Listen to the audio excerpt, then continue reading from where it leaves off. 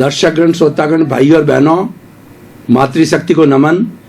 विशेष, खास, मनमोहक, हमें चित्त समाधि देने वाला, अच्छे अच्छे गुण देने वाला, अच्छे अच्छे टिप्स देने वाला, हमारे व्यक्तित्व का निर्माण करने वाला, हमारा जीवन कैसे सुंदर बने, हमारा जीवन कैसे शांतिमय बने और हम शांतिपूर्ण से अस्तित्व के साथ में हम इस समाज के अंदर अपना जीवन यापन कर सके, यानी हमारे जीवन में पूर्ण शांति हो, आनंद हो, प्रेम हो, सुख हो, शांति हो, उन सभी के संबंधी टिप्स देने वाला, उन सभी के संबंधी हमें सूत्र देने वाला कार्यक्रम में आपका हार्दिक स्वागत है, अभिनंदन है, सत्कार है।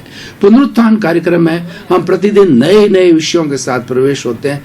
हर दिन नया विषय बताया जाता है और उस नए विषय को इस तरीके से तैयार किया जाता है कि वो उसको मल्टी डायरेक्शनल दृष्टि से देखा जाता है। उसमें वैसी सामग्री डाली जाती है कि वो हर वर्ग के लिए, हर स्तर के लिए, हर मेंटल स्टेटस के लिए, हर उम्र के व्यक्ति के लिए उपयोगी सिद्ध हो और उसमें से वो कुछ शिक्षा ग्रहण करे और अपने जीवन का निर्माण करे।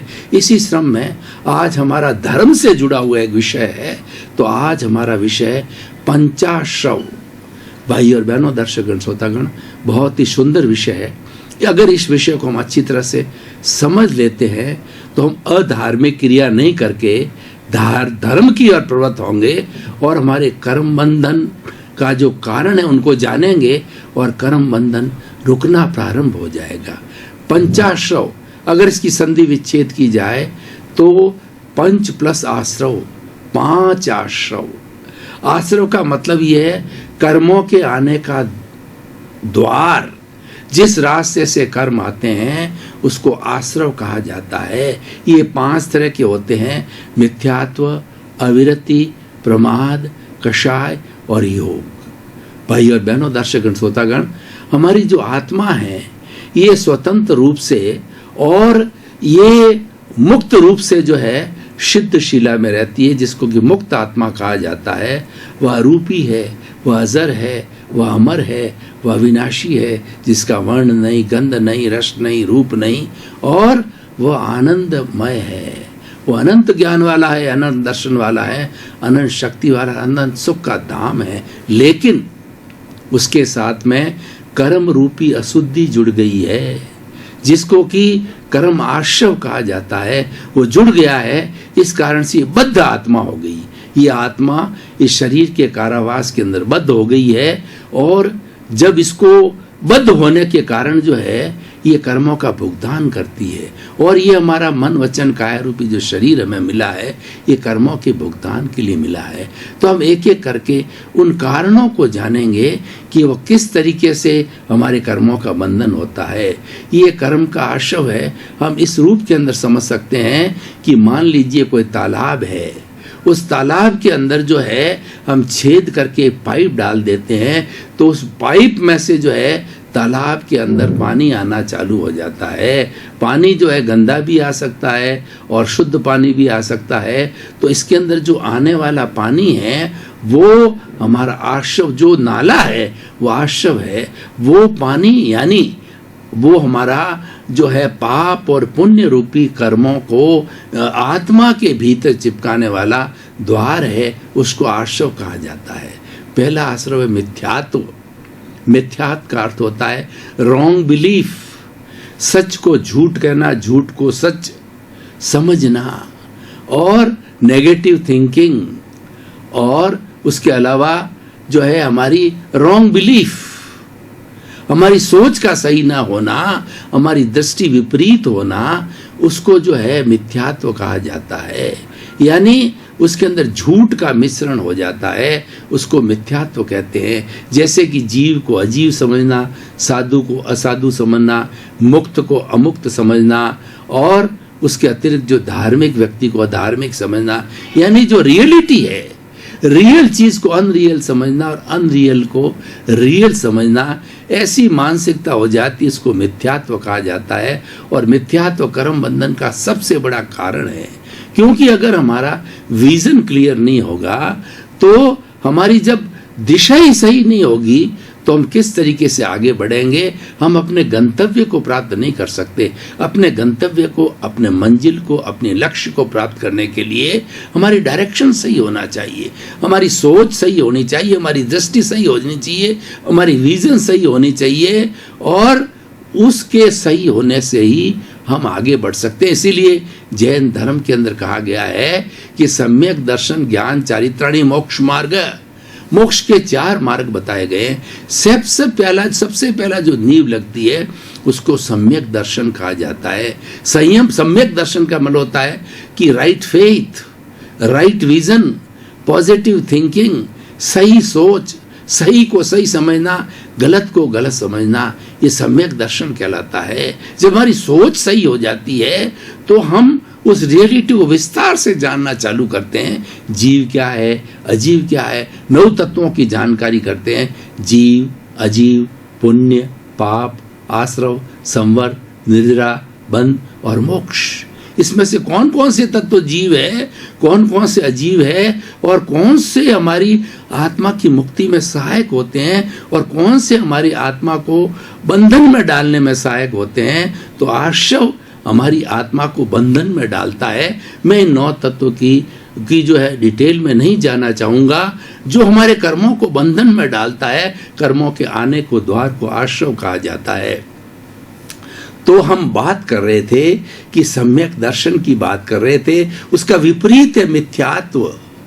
मिथ्यात्व व्यक्ति की दृष्टि होती है तो वही 84 लाख जीवा योनि में घूमता रहता है, और जब मिथ्यात्व टूट जाता है तो मिथ्यात्व के टूटने के बाद में जिसको राइट विजन मिलता है, उसको राइट फेथ मिलती है, उसको एक दिशा मिल जाती है, सही दिशा मिलती है, तो वह गंतव्य की ओर धीरे धीरे बढ़ सकता है।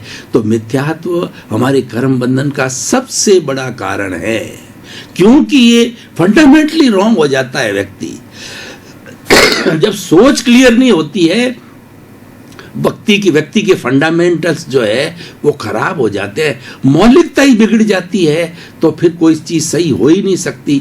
इसीलिए मिथ्यात्व। दूसरा है अविरति। अविरति का अर्थ होता है कि धार्मिक क्रिया के अंदर रुचि नहीं होना और अधार्मिक क्रिया के अंदर रुचि होना, जैसे कि पूजा है, पाठ है, सामायिक है, संवर है, त्याग है, पचकान है, ईश्वर भक्ति है, स्वानुभूति करना है, स्व और पर के बारे में जानकारी करना है। मेरा अस्तित्व क्या है, मैं कौन हूँ, मैं कहाँ से आया हूँ, मुझे कहाँ जाना है, इसकी भीतर कोई जानकारी, कोई इच्छा की नहीं, कोई जागृति नहीं है, उसको अविरति कहा जाता है। यानी धर्म की क्रिया में अपने आप को जानने में कोई रुचि नहीं होती है, वह अविरति होता है। उसके विरुद्ध रुचि क्या होती है?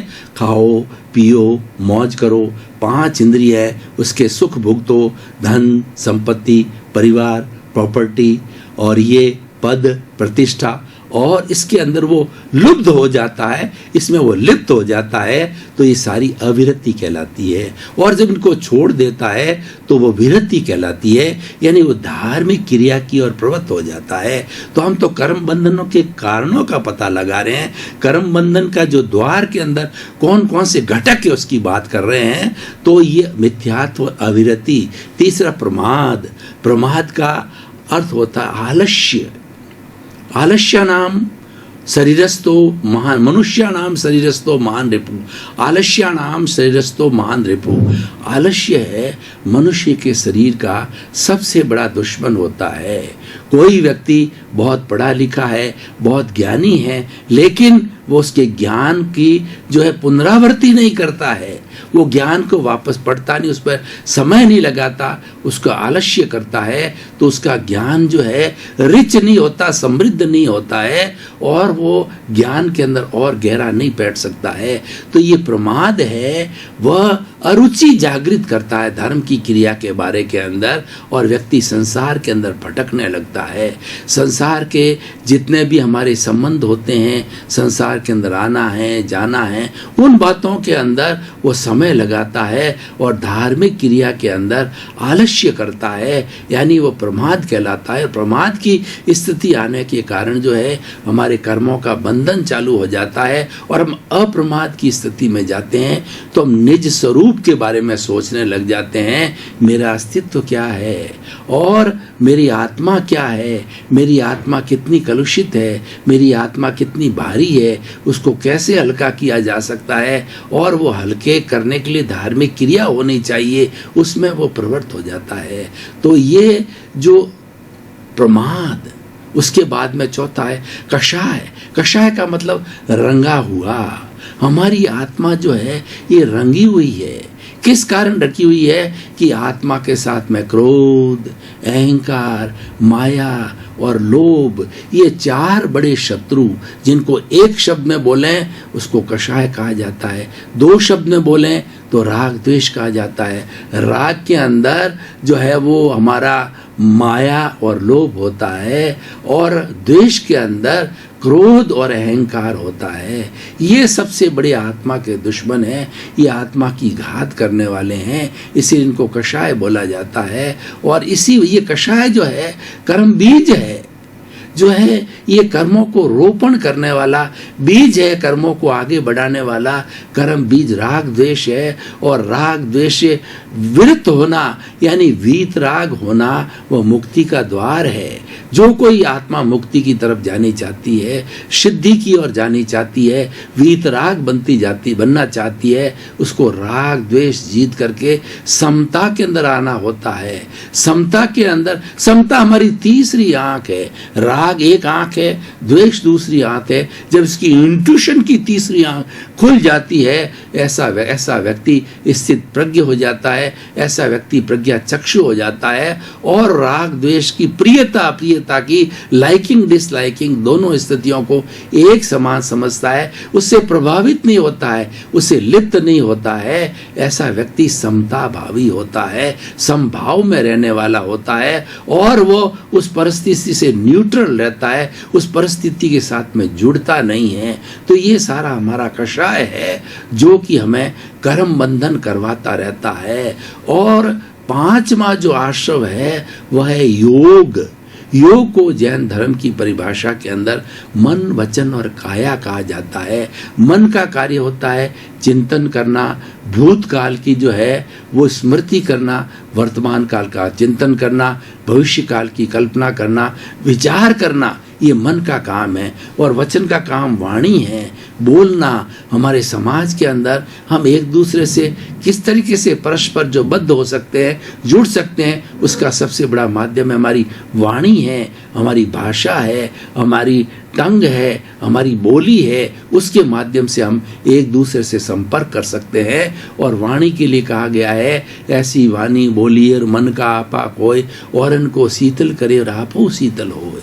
व्यक्ति को हमेशा मीठा बोलना चाहिए, व्यक्ति को सत्य बोलना चाहिए, व्यक्ति को प्रिय बोलना चाहिए। जो व्यक्ति इन बातों पर ध्यान देता है तो व्यक्ति वह कर्म बंधन कम करता है, और उसके साथ साथ में उसके सभी लोगों के साथ में संबंध बहुत होते हैं। ऐसा कहा गया है कि हमारी जबान के अंदर अमृत है और इसी जबान के अंदर जहर है। अगर हम जबान का सही उपयोग करते हैं तो सारी दुनिया हमारी मित्र है, और जबान का हम दुरुपयोग करते हैं तो हमारा घनिष्ठ से घनिष्ठ मित्र भी जो है वो दुश्मन बन जाता है। क्योंकि जहर और अमृत इसके अंदर ही घुला हुआ है। हम इसका उपयोग कैसे करते हैं? सदुपयोग करते हैं तो मित्रता होती है, दुरुपयोग करते हैं तो शत्रुता बढ़ती है।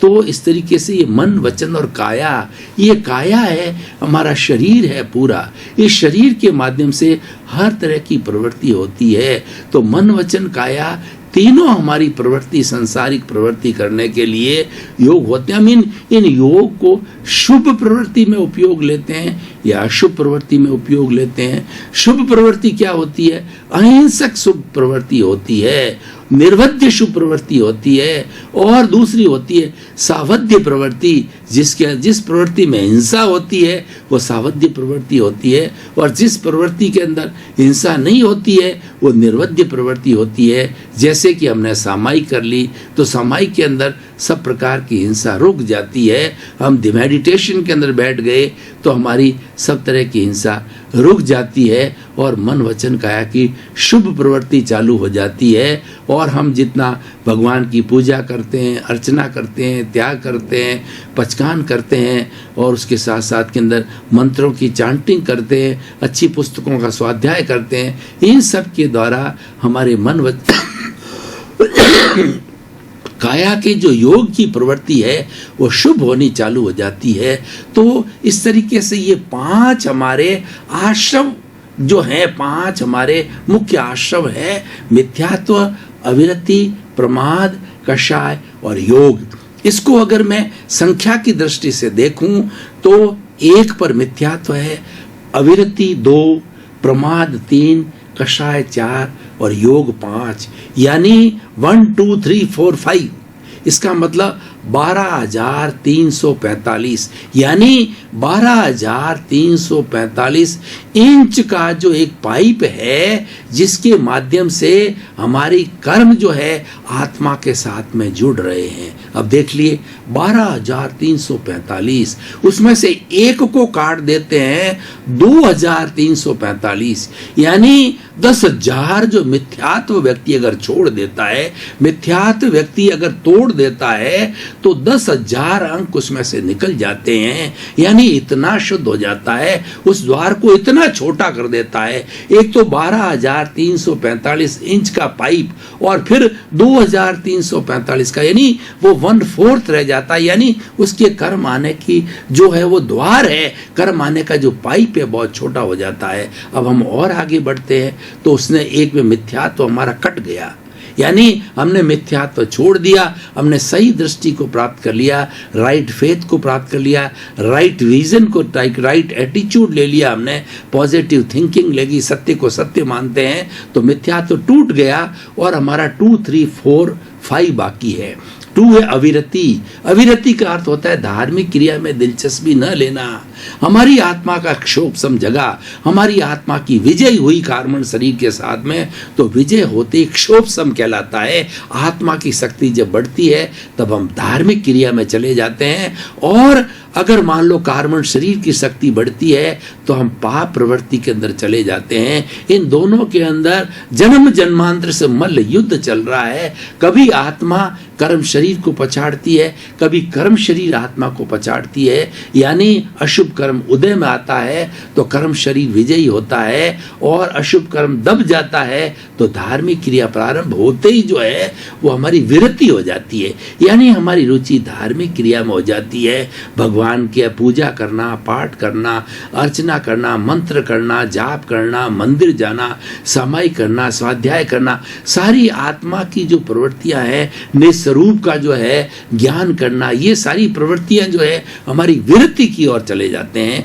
जब विरति की ओर चले जाते हैं तो 2 अंक कट जाता है। तो कटने पर अब देखिए और पाइप हमारा छोटा हो गया, 345 इंच का था, 12,345 से घट करके 345 इंच का पाइप रह गया, छोटा हो गया। अब हम आगे चले, हमने 3 को काटने का जो है प्रयास किया, 3 को हटाने का प्रयास किया अंक को, तो मतलब प्रमाद, हमने आलस्य त्यागा। हमें सुबह जो है ब्रह्म मुहूर्त के अंदर उठ करके मेडिटेशन करने लगे, भगवान का मंत्र का जाप करने लग गए और भगवान की स्तुति करने लगे, अपने निज स्वरूप की पहचान करने लग गए कि वास्तव के अंदर मेरा स्वरूप क्या है, मेरी शुद्ध आत्मा का अस्तित्व क्या है, उसका स्वरूप क्या है, उसकी जानकारी करने के लिए हम उसमें गहरे बैठने लगे। तो 3 अंक कट गया, यानी हम जो है प्रमाद अप्रमाद की अवस्था में आ गए। तो 3 भी कट गया, 1 भी कट गया, 2 भी कट गया, 3 भी कट गया। अब छोटा सा पाइप रह गया, 45 इंच का सिर्फ पाइप रह गया। अब 45 इंच के अंदर कषाय को हम बहुत ज्यादा दोष देते हैं। दर्शकगण, श्रोतागण, भाई और बहनों, आपका बहुत बहुत धन्यवाद। कार्यक्रम बहुत गहन विषयों पर चर्चा करता है और गहरी जो है वो विवेचना करता है। इस कारण से कोई चीज का गहन अध्ययन करना हो, गहन जानकारी करनी हो तो कार्यक्रम आप हमेशा देखते रहे, और हर विषय गहनता के साथ में परोसा जाता है और उसको कई दिशाओं से उसको विषय को होलिस्टिक बनाया जाता है। तो इसी कारण से हमारा कार्यक्रम आज चमक रहा है, टॉक ऑफ द टाउन बन रहा है। उसका कारण आप स्वयं हो, आप उसकी आत्मा हो, आप इसको जो है आगे बढ़ा रहे हो, सुन रहे हो, इंटरेस्ट ले रहे हो, लोगों को प्रेरणा दे रहे हो। आपका जीवन आनंदमय हो, मंगलमय हो, धर्ममय हो, सुखमय हो और खूब आनंद की प्राप्ति करके आप सिद्ध बुद्ध मुक्त बने। आपके प्रति मंगल भावना।